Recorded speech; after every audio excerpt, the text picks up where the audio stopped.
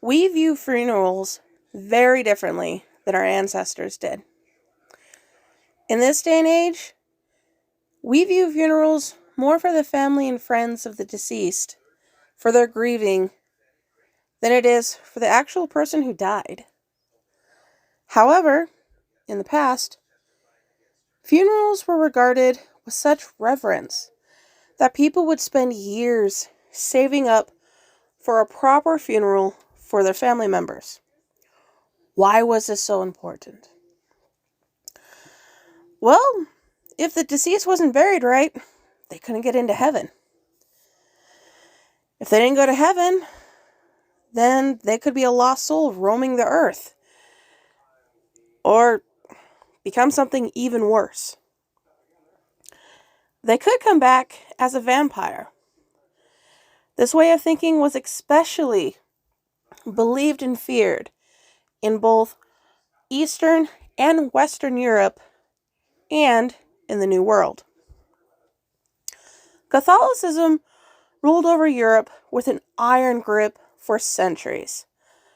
Thus, they laid the ground rules on how a person should live and die in order to go to heaven. If you missed any of the 5 following steps, you didn't get in, and you put undue amounts of stress on your family. First being confess all your sins. The second, be a good person while you were living. The third, receive the last sacrament, also known as the last rite. The fourth, die in a non-violent manner. And 5, be given a proper Catholic and Christian funeral.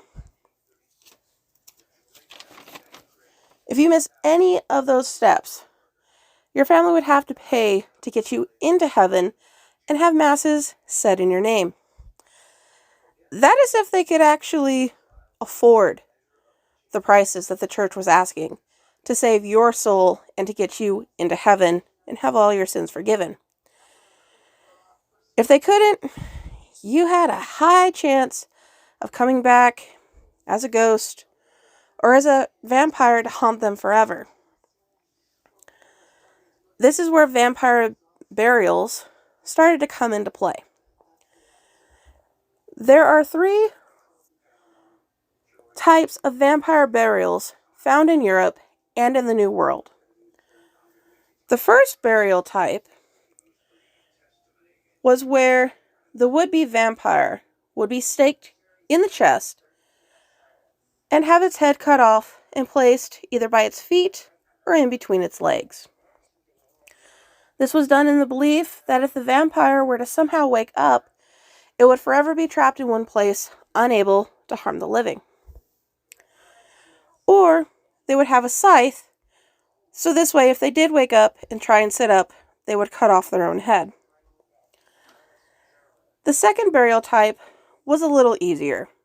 They simply buried the body upside down so that he or she could simply dig themselves down to hell, thus never disturbing anyone on earth again. The third burial type was more invasive and has disturbed quite a few archaeologists and burial enthusiasts in recent decades. Quite simply and horrifically, a massive rock would be kicked into the mouth of the presumed vampire's head, breaking the teeth and the jaw at the same time.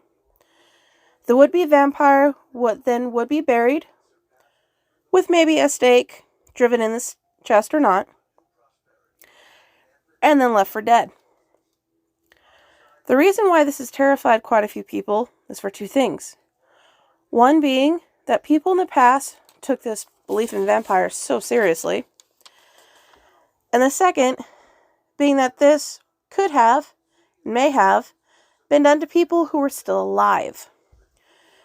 Remember, back then, both the average Joe and doctors could not tell the difference between someone who was actually dead and someone who was simply in a coma.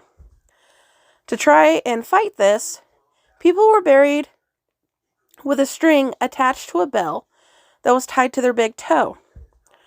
Or they would have a long tube drilled into the coffin and left there for a day or two. The thinking was that if the bell rang, or if they were screaming, the person was buried alive, and the grave watcher could simply dig them out with the help of the people he gathered. A vampire who had a rock in their mouth would not be given either one of these last two remaining saves before their coffin was finally and fully entombed.